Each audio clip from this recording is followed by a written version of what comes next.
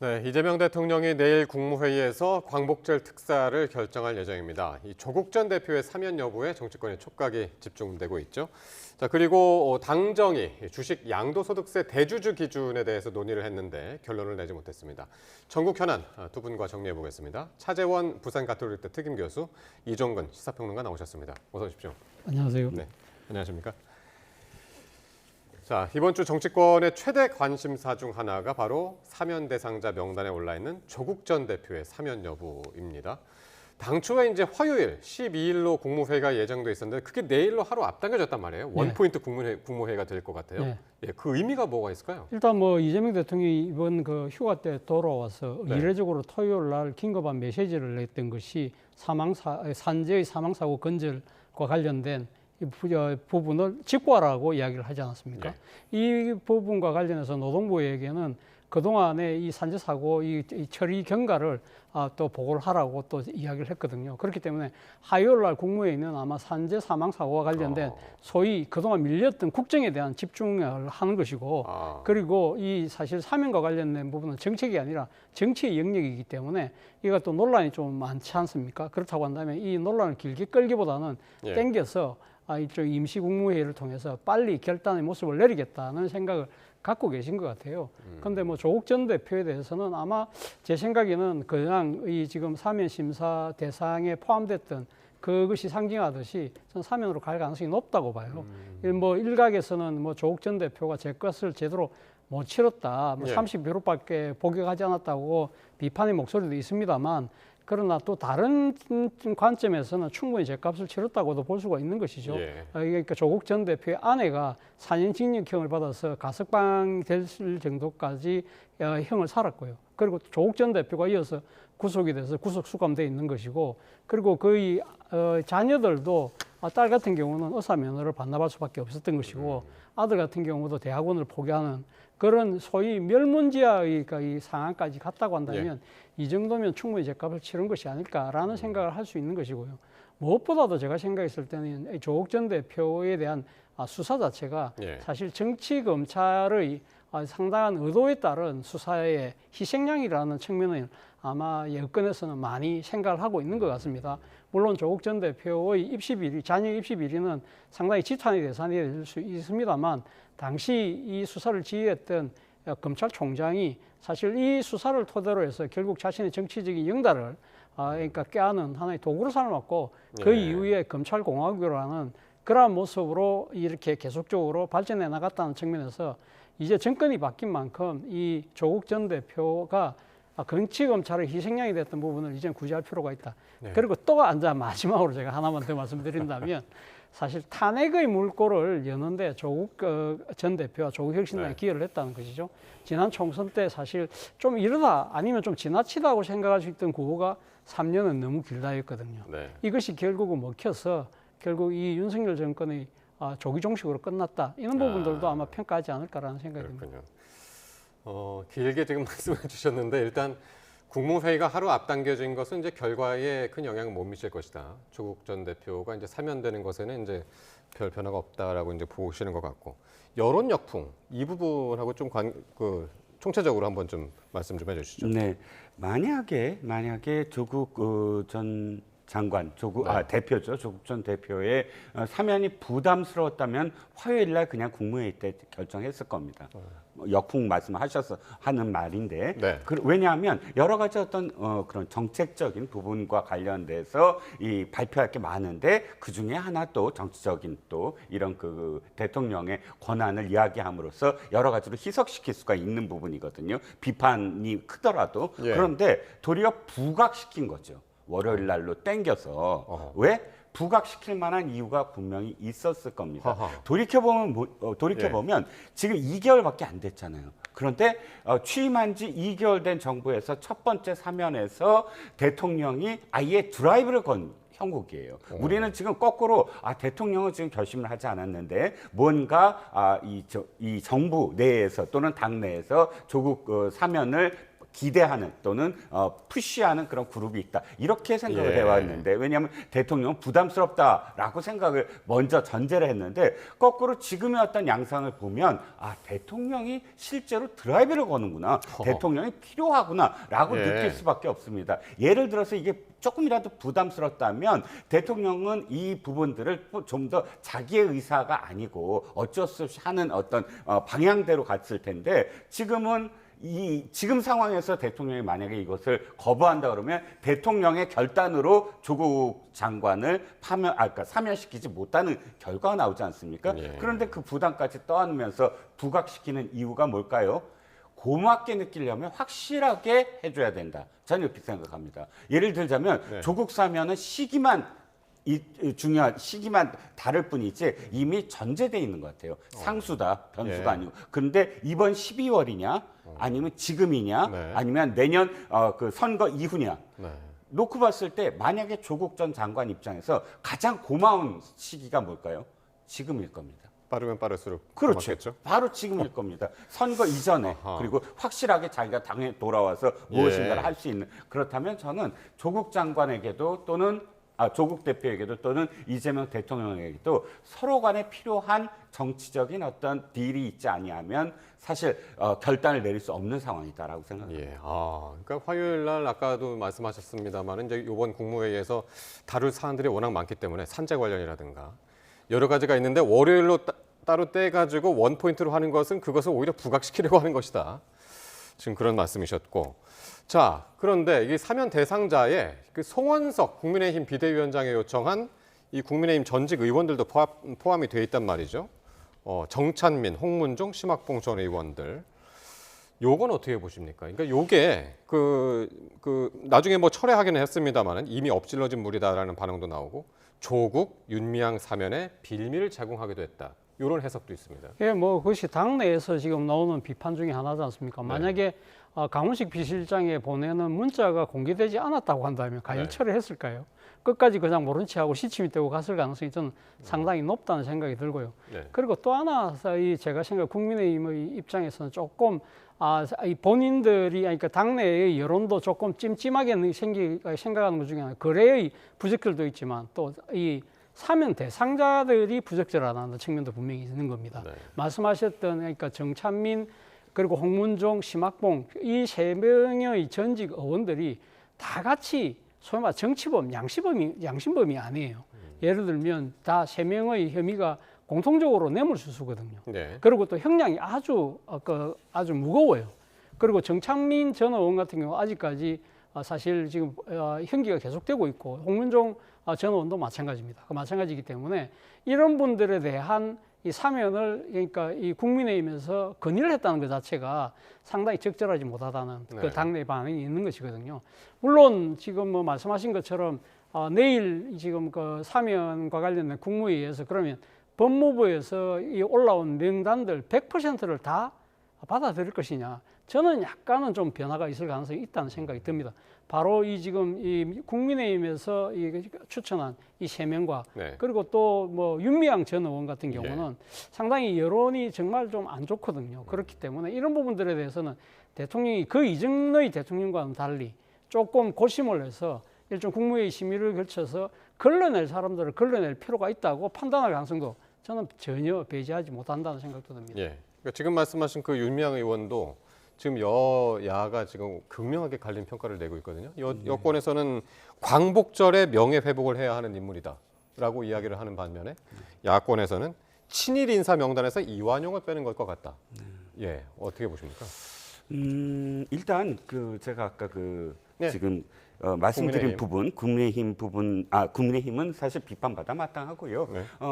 사실 조국과 윤미향 두 사람이 오른 것은 상당히 부담스러울 거예요. 실질적으로는 비판의 목소리가 큽니다. 그런데 두 사람 다 제가 보기에는 이재명 대통령으로서는 할 수밖에 없는 이유가 있다라고 생각을 하거든요. 자, 조국 전 대표 같은 경우는 만약에 조국 전 대표가 지금 안 나오면 앞으로 1년 동안 정청래 민주당 대표의 독주가 일어납니다. 그러니까 2인자라고 생각을 했을 때, 그러니까 대통령 이외에 스포트라이트를 받는 사람이 한 사람뿐밖에 없다면 대통령으로서는 굉장히 부담스러울 거예요. 지금 솔직히 당내 경쟁자가 잘 안 보여요. 그러니까 또 다른 어떤 세력, 더군다나 당내에서 정청래 대표를 막 견제한다 그러면 또 그게 불협화음이 되잖아요. 그러면 정청래 대표가 만약에 지금 이런 어떤 상황 속에서 지방선거를 승리로 이끈다? 그럼 바로 또 전당대회가 열려요. 그러면 거기서 또다시 승리를 기반으로 해서 또다시 선거에서 대표가 되면 뭘 가질 수가 있죠? 총선의 공천권을 가질 수가 있습니다.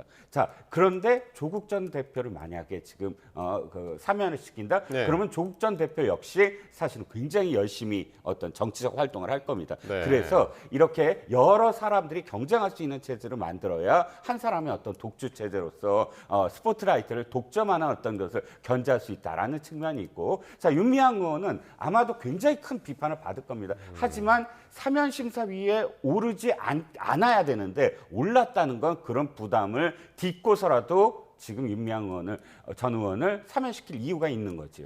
이를테면 그것 역시 지방선거나 총선에 영향을 미칠 겁니다. 시민단체들, 그러니까 언제나 민주당은 시민단체들에서 수혈을 해요. 초선들을. 그래서 그런 그 관계를 계속 맺어왔는데 만약에 여기서 윤미향 전 의원을 최초로 이렇게 지금 뭐 여러 가지 어떤 부기, 그러니까 뭐 기록이라든지 이런 것들이 잘못됐다라는 이유로 내치는 어떤 상황이 돼버리면 시민단체와의 관계 첫 번째, 그 다음에 윤미향 의원은 사실은 경기 동부연합 출신입니다. 남편도 그렇고요. 그 계열, 그러니까 진보당 계열과의 연합이 또 중요합니다. 지금 아까 지방선거에서도 그렇고요. 그래서 이 여러 가지 어떤 포석들이 있지 아니하면 이런 어떤 비판을 뛰어넘는 어떤 이유가 없다는 거죠. 그래서 저는 그런 비판이 중요한 게 아니라 지금은 포석이 중요하다. 앞으로 어떤 지방선거라든지 이런 여러 가지 어떤 포석을 생각해야만 했다라고 생각합니다. 이 부분에 대해서는 차정원 교수 의견도 좀 듣고 싶은데, 그러니까 이제 조국 전 대표하고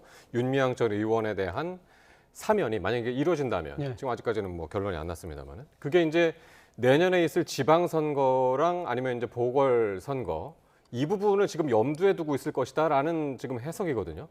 일단 뭐 그런 염두를 두든 안 두든 조국 전 대표가 사면되는 순간 상당히 정치적 파장이 커질 수밖에 없죠. 왜냐하면 조국 전 대표가 사실 지난번 구속수감 이전만 하더라도 상당히 국민적 지지도가 높았거든요. 사실 그때 당시 조기 대선을 나름대로 생각하고 있던 이재명 대표 입장에서는 상당히 부담스러울 정도의 정치적 지지를 갖고 있었기 때문에 사실 일단 이 사면이 되면 그다음에 그러니까 조국 전 대표의 행보가 상당히 주목이 되는데, 저는 당장 뭐 지금 이재명의 정부와 같은 길을 나름대로 뭐 방향점을 갖겠지만 과연 함께 할 것이냐 따로 갈 것이냐는 좀 더 상당히 여러 상황들을 볼 필요가 있다. 만약에 이 지방선거에 조국 전 대표나 이렇게 가게 된다고 한다면 조국 전 대표가 출마할 경우에는 따로 갈 가능성이 상당히 높다고 보고요.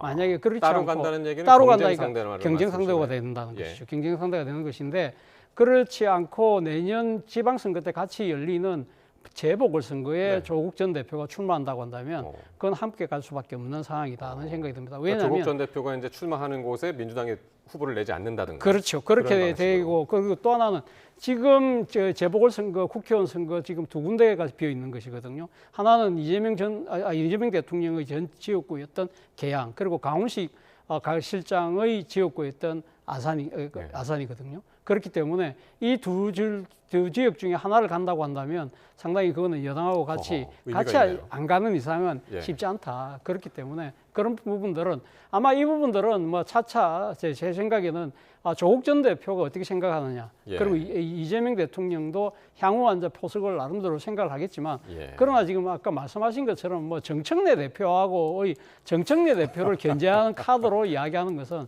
저는 좀 빠르다는 생각이 들고요. 그런데 그렇게 얘기하시는 분들이 많아요. 근데 야권에서는. 물론 그런데 지금 조국 전 대표가 복귀를 하고 난 뒤에 또 여러 가지 이제 이 여론의 뭐 지지 차기 대선 구도와 관련된 부분들이 이제 나오고 나고 난 뒤에 봐야 될 대목이긴 합니다만, 제가 봤을 때는 아직까지 뭐 그런 견제의 차원으로 지금 그러니까 조국 전 대표를 사면한다. 그거는 저는 제가 생각할 때 좀 빠르다는 생각이 들고요. 그리고 윤미향 전 의원에 대해서는 앞서도 제가 말씀드렸습니다만 이재명 대통령이 이 기존의 그 과거의 관례하고는 다른 그런 모습을 보인다고 한다면 저는 윤미향 전 의원에 대해서는 심각하게 고민을 해서 다른 결정을 할 가능성도 저는 전혀 배제할 수 없다는 생각을 합니다. 왜냐하면 사실 아까 말씀하신 것처럼 8.15 광복절이기 때문에 이 정의기억연대 그걸 했기 때문에 상당히 그 공을 높게 생각하는 측면도 있지만 그 공이 있다고 한다면 과가 있다는 것이죠. 왜냐하면 이번에 특별 사면이 제 광복절 제 80주년이잖아요. 네. 그렇다고 한다면 일제강점기의 피해자였던 이용수 할머니를 쉽게 속된 표현으로 등쳤다는 이 혐의를 갖고 있기 때문에 예. 이 공과 가에 대해서 지금의 여론을 제가 봤을 때는 훨씬 더 과 쪽에 방점이 찍혀 있는 겁니다. 이런 부분들이 과연 국민 통합과 국민 화합을 위한 특별 사면이라는 것이 네. 취지하고 맞지 않을 수가 있다는 것이고, 그리고 이 윤미향 전 의원이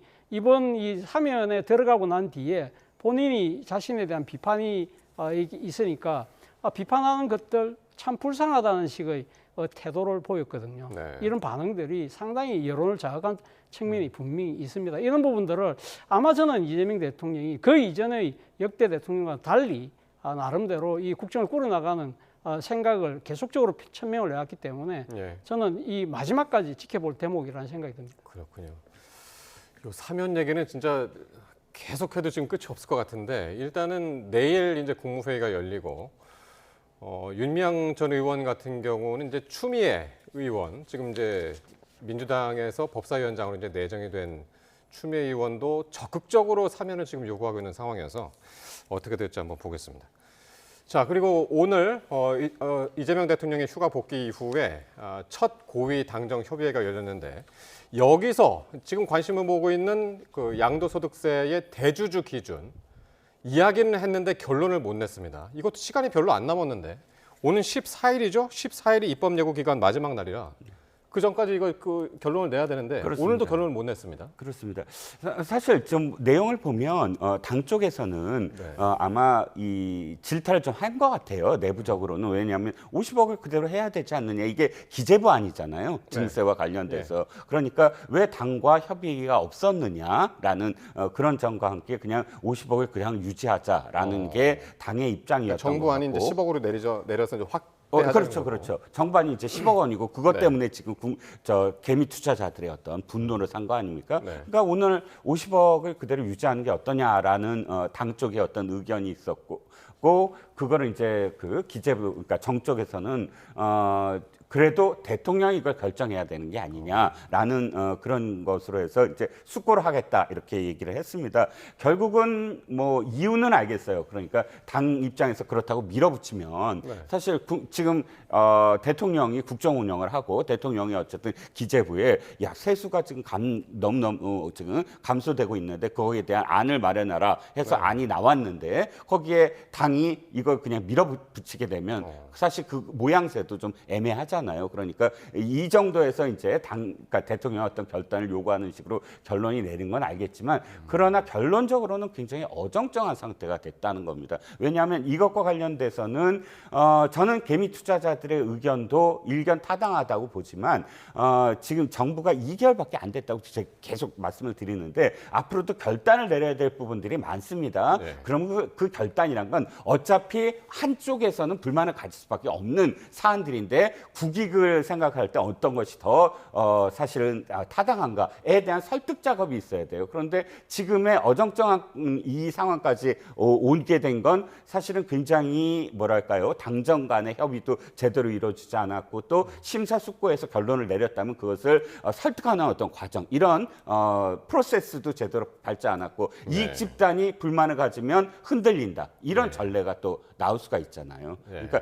전체적으로는 빠른 결단이 필요한 부분이지 예. 이렇게 우왕좌왕하고 결론을 그냥 서로 미루는 모양새는 사실 국정 운영에 별로 도움이 되지 않는다라는 생각입니다. 네. 예, 차 교수님 어떻게 보십니까? 저는 뭐 이 지금 대주주 그러니까 양도세의 대주주 기준 강화 이 부분은 뭐 결국은 저는 당의 뜻대로 관철되지 않을까라는 생각을 합니다. 기존대로 55. 예, 기존대로 55로 갈 가능성이 저는 상당히 높다고 보는데요. 오늘 결정을 못한 이유는 아무래도 그러니까 이 정부 차원에서 하나 방향을 정했는데 당과 이 시장에서의 그런 반응 때문에 적자적으로 움직이는 것보다는 좀 시간을 갖고 상황을 좀 더 보자는 아마 그런 것들이 작용했을 가능성이 높아요. 지난 1일 날 금요일이라고 해서 주가가 많이 내려갔잖아요. 바로 이것 때문에 내려갔다고 주장하시는 분들도 계셨지만 그거 아니다. 미국의 그 관세 드라이버가 상당히 이 시장에 미치는 악영향이라고 이야기한 사람들이 있었는데 실제 그 다음 주 월요일 날에는 1% 반등을 했거든요. 네. 그런 상황이기 때문에 과연 이 지금 대주주의 이 기준을 강화하는 것이 과연 이 지금 시장에 악영향을 미친 게 맞느냐? 이런 부분 좀 더 지켜볼 필요가 있는 거 아닌가?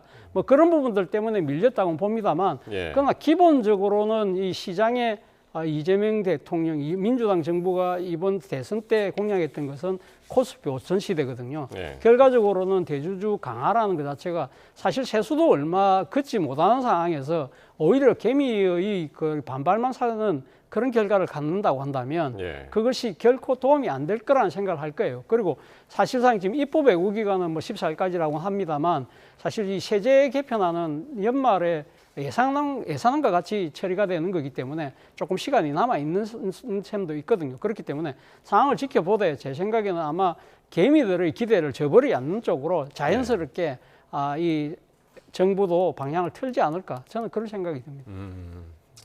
그래서 이제 절충안이라는 이야기도 지금 네. 나와가지고 한 30억 정도에 아직 모르겠습니다만. 자, 관련해서 이 주식 차명 거래 의혹으로 탈당한 의원이죠. 이춘석 의원에 대해서 이 정청래 대표가 제명 지시에 이어서 징계 절차에 이제 착수를 했습니다. 빠르게 수습에 나섰지만은 이 사안이 이제 민주당에는 악재로 작용할 것이다. 이렇게 이야기하시는 분들이 많고 그것 때문에 이렇게 지금 빨리 추진하는 것이다. 라는 의견들이 있는데요.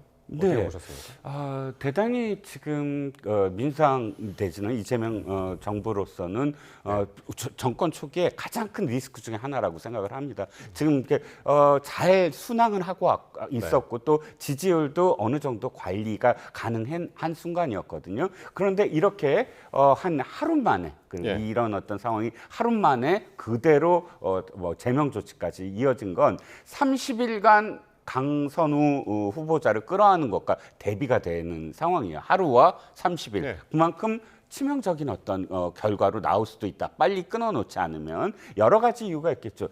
차명 계좌도 문제였고 또 본회의장에서 투자를 계속했다는 것. 이게 이제 김남국 의원의 코인 투자하고 또 연결이 돼서 네. 상당히 이미지가 안 좋았고 또 이재명 대통령이 당시에 지난번 대선에서 떨어지자마자 바로 방산주를 산 것까지 막 회자가 됩니다. 별로 관련이 없어 보이는데도 불구하고 주식 투자와 관련된 네. 행태 이렇게 엮여집니다. 그런데 그거보다도 더 치명적인 건 국정기획위원회 위원이 국정기획위원회에서 나온 어떤 그 국정의 청사진과 관련된 정보를 갖고 투자를 했다. 이것은 사실 굉장히 비난받아 마땅합니다. 네. 왜냐하면 국정기획위원회는 5년 동안의 국정을 어떻게 하겠다라는 여러 가지의 플랜 속에서 투자가 가능한 부분들, 사익을 추구하려면 이러이러한 부분에 미리 투자하면 바로 내년이나 그 후년이나 어떤 상황이 벌어지겠지 할 수 있는 것들이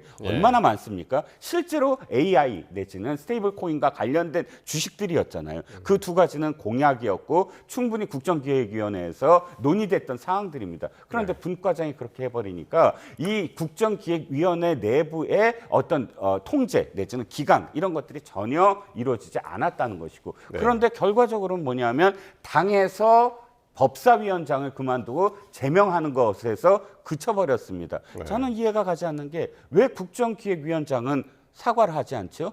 국정기획위원 경제 아하. 2분과장이 예. 그 국정기획위원회에서 논의된 사안을 유출시켜서 사익을 추구했는데 거기에 대한 기강이라든지 회의라든지 또 정보 유출에 대한 책임을 왜 국정기획위원회는 위원장한테는 묻지 않죠? 이러니까 꼬리 자르기라는 얘기가 그래서 나오고 그래서 국민의힘이 이 문제를 자꾸 확산시키려고 하는 거 아닙니까? 예. 그러니까 국가의 기강에 대한 문제고 국정 5년 동안에 지금 국정 운영을 어떻게 하는지에 대한 그런 태도에 대한 문제라고 생각을 하거든요. 그런데 지금 아직도 국정기획위원회는 아무런 어떤 대답을 하고 있지 않다는 겁니다. 그렇군요. 여러 가지로 지금은 저 민심도 지금 뒤따라주지 않는 지금 국민의힘 입장에서는 지금 요거를 이제 반전의 기회로 삼으려고 하는 것이 아닌가라는 느낌이 어디서 오냐면 이춘석 게이트 이렇게 이제 이야기를 하면서 이춘석 특검법까지 이제 당론으로 발의한 그런 상황이거든요. 그런데 이게 뭐 민주당이 안 받아주면 끝인데. 저는 뭐 이 네. 국민의힘에서 이춘석 게이트라고 이야기를 하면서 네. 그러니까 야당 추천 특검을 하자는 이야기는 저는 상당히 일리가 있다는 생각이 듭니다. 왜냐하면 사실은 뭐 지금 그러니까 이 사안 자체가 상당히 심각할 수 있는 것이거든요. 아까 말씀하셨지만 세 가지 이야기 부적절한 부분을 문제점을 이야기했습니다만 제가 생각할 때 가장 큰 문제는 내부자 정보를 이용해서 사적 이익을 취했다는 대목이 입증이 된다고 한다면 네. 이거야말로 상당한 아마 정치적 파장일 수밖에 없는 것이라는 생각이 들기 때문에 그렇습니다. 사실 이 지금 국회가 어렵게 통과한 법 중에 이해충돌 방지법이라는 법이 있습니다. 국회의원이 직무상 그러니까 이 취득한 정보를 통해서 개인적 이익을 취했을 때 강력한 중형을 선고할 수 있도록 이렇게 만든 법안인데요. 그게 상당히 오래 그 상고 끝에 통과됐던 법안인데 이 법안에 아마 이 적용될 최초의 인물이 될 가능성이 높고 이런 사안을 과연 이런 엄중한 사건을 과연 경찰이 수사 역량과 수사 의지와 예. 그리고 정치적 독립을 통해서 수사를 과연 가능할 수 있느냐 그런 측면에서 이 국민의힘이 야당 추천의 특검을 하라 이야기 정도가 저는 사실 뭐 앞으로 뭐 경찰 수사를 하고 있습니다만 어느 정도 혐의가 드러나면 상당히 힘이 실릴 가능성이 있다고 보는데 다만 국민의힘이 이 사건 자체를 가지고 대통령실과 그리고 국정기획위원회 몸담은 사람 모든 사람들을 전수조사하는 것은 저는 약간은 정치적 난사의 기미가 보인다는 것이죠. 네. 사실 지금 국민의힘 입장에서는 선택과 집중을 해서 이춘석 의원이 지금 행했던 이것이 과연 내부자 정보를 이용한 이해충돌 방지법의 그러한 명백한 이것이 혐의가 되고 그것이 처벌받고 난 뒤에 전수조사를 해도 저는 늦지 않다고 생각하기 때문에 이런 부분들에 대해서는 좀 그러니까 국민의힘에서 사실 모든 이 이춘석 의원 한 명의 일탈을 다 여권 전체로 이렇게 비하시켜서 정치적 공세로 이렇게 삼는 듯한 모습은 제가 봤을 땐 그렇게 효율적이지 네. 않다는 생각이 듭니다. 알겠습니다. 자, 국민의힘 전당대회 이야기로 넘어가겠습니다. 오늘 첫 방송 TV 토론회가 있었죠. 그래서 여기에서 윤 전 대통령에 대해서 만고의 역적이다. 왜 또 윤 전 대통령만 비난하느냐. 이렇게 또 찬탄, 반탄 후보들 간의 공방이 벌어졌는데 오늘 토론회 보셨습니까? 네, 맞습니다. 예, 예. 일단 뭐 찬탄 반탄은 우리가 이제 그 구도는 이미 예상을 했던 구도고 거기에 그것과 관련된 어떤 논의는 사실 참 퇴행적이긴 하지만 열심히 하고 있습니다. 그런데 눈여겨봤던 건 찬탄은 찬탄끼리 반탄은 반탄끼리 서로 어떤 이슈가 있었다는 거예요. 예를 들어서 반탄은 반탄대로 찬탄 그룹을 어떻게 할 것이냐, 예를 들어서 내칠 네. 것이냐, 끌어안을 것이냐라는 논쟁을 하면서 예. 선명성 경쟁을 아하. 벌였다. 누가 더 윤과 가깝고 누가 더 비주류를 내칠 것이냐, 뭐 이런 예. 경쟁을 벌이고 있는 형국이고 또 이제 반탄 같은 경우는 아니죠. 찬탄 같은 경우는 네. 단일화 사실 문제. 그 지지율이 낮습니다. 예. 그러다 보니까 이 낮은 지지율을 어떻게 극복할 것이냐 단일화 얘기를 사실 토론회에서 네. 상대 구도에 있는 어떤 후보들이 있는데 그 앞에서 단일화 얘기를 이슈라 한다는 건 그렇게 좋은 어떤 방법은 아니거든요. 예, 예. 단일화야 토론 이외의 어떤 방법을 할 수도 있는 부분인데 그런데 단일화를 의제를 꺼낸 건 그만큼 절박하다는 거예요. 그 어떻게든 결선에서 한 명씩 1대1 구도가 되는데 네. 혹시나 결선에 비주류가 가지 못하지 않을까라는 어떤 절박함이 나온 상황. 그래서 오늘 보면 단일화 이슈가 아마 이제 커질 것 같아요. 이제 찬탄 조경태, 쪽에서는. 안철수, 예, 안철수 두 찬탄 후보에 사이에서. 물론 안철수 후보가 오늘 거절을 했지만 우리가 안철수 후보의 단일화 과정을 너무나 많이 봐서 그 거절이 진짜 거절인지는 좀 예. 지켜봐야 될 것 같습니다. 그러니까 오늘 이렇게 보니까 지난번에 이제 민주당 전당대회 기간 중에 있었던 TV 토론회, 그거는 조금 이제 심심한 그런 느낌이 있었다고 이제 그때 또 말씀하셨는데 네.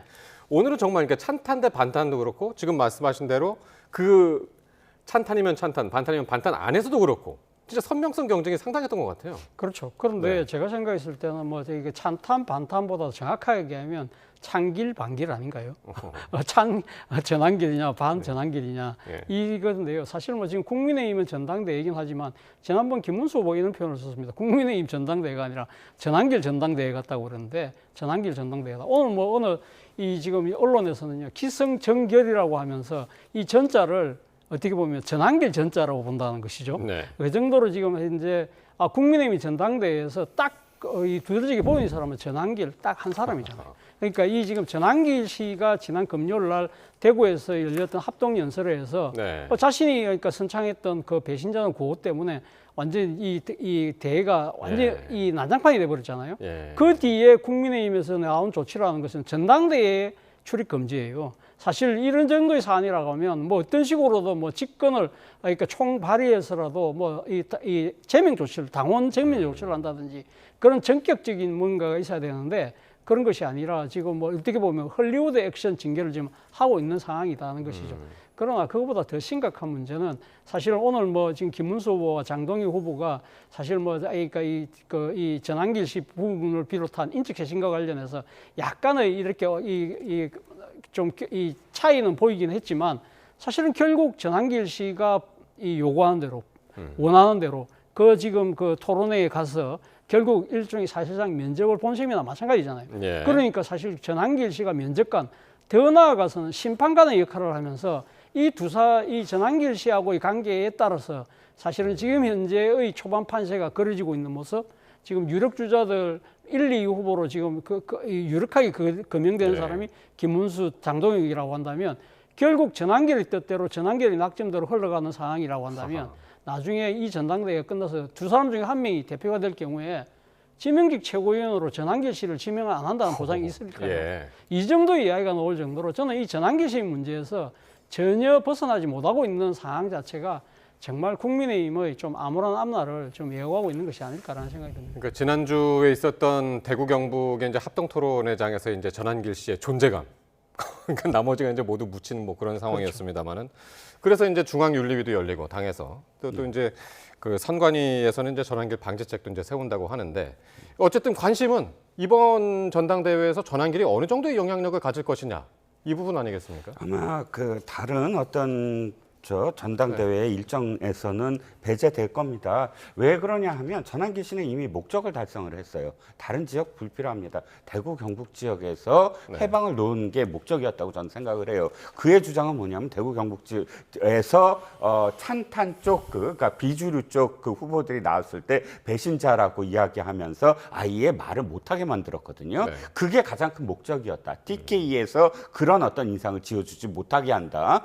예를 들어서 이준석 대표가 당대표 될 때 이준석 가장 분기점이 대구 경북 지역에서 탄핵의 강을 넘자라고 연설을 했을 때 TK 당시 당원들이 그걸 받아들였거든요. 네. 감동적으로 받아줬습니다. 예. 그런데 그런데 아예 이번에는 그거 차단시켜버렸어요. 얘기하려고 하는데 배신자 해갖고 저는 전환길 씨의 목적은 딱 이겁니다. TK 지역의 전당대회에 찬탄 쪽 의견을 아예 듣지 못하게 하는 것, 방해하는 것. 그게 가장 큰 목적이었다라고 생각을 하고요. 예. 거기에 따라서 지금 말씀하셨듯이 지도부가 목적을 달성했으니까 사실 거기에 그러니까 이전에 이미 제명을 했어야 되는데도 불구하고 나온 건 뭐냐면은 출입금지다. 그런데 이것도 역시 사실 되게 애매한 게 대의원이 아니면 출입금지다 이렇게 해버렸는데 네. 사실은 지금 전환길 씨가 대의원이라서 들어간 게 아니라 언론 부표로 들어갔거든요. 그러면 대의원이 아닌 사람들은 누구냐? 찬탄 쪽 책임당원들. 예. 찬탄 쪽 책임당원들 못 들어가게 하기 위해서 지금 대의원에 아니면 못 들어간다. 이렇게 룰을 만들었다는 거예요. 일부 비판에 의하면. 네. 왜냐하면 언론 언론 비표만 제대로 나눠줬어도 그 사람한테 그런 자격이 없는데 그것을 부여만 안 했어도 이 문제는 해결되는 문제거든요. 그러니까 여러 가지로 지금 지도부는 뭔가 석연치 않은 그런 지금 징계를 계속 징계 행보, 헐리우드 징계 행보를 하고 있다라고 생각합니다. 알겠습니다. 자, 오늘 두 분 말씀 여기까지 듣도록 하겠습니다. 지금까지 차재원 부산 가톨릭대 특임 교수, 이종근 시사평론가와 함께했습니다. 고맙습니다.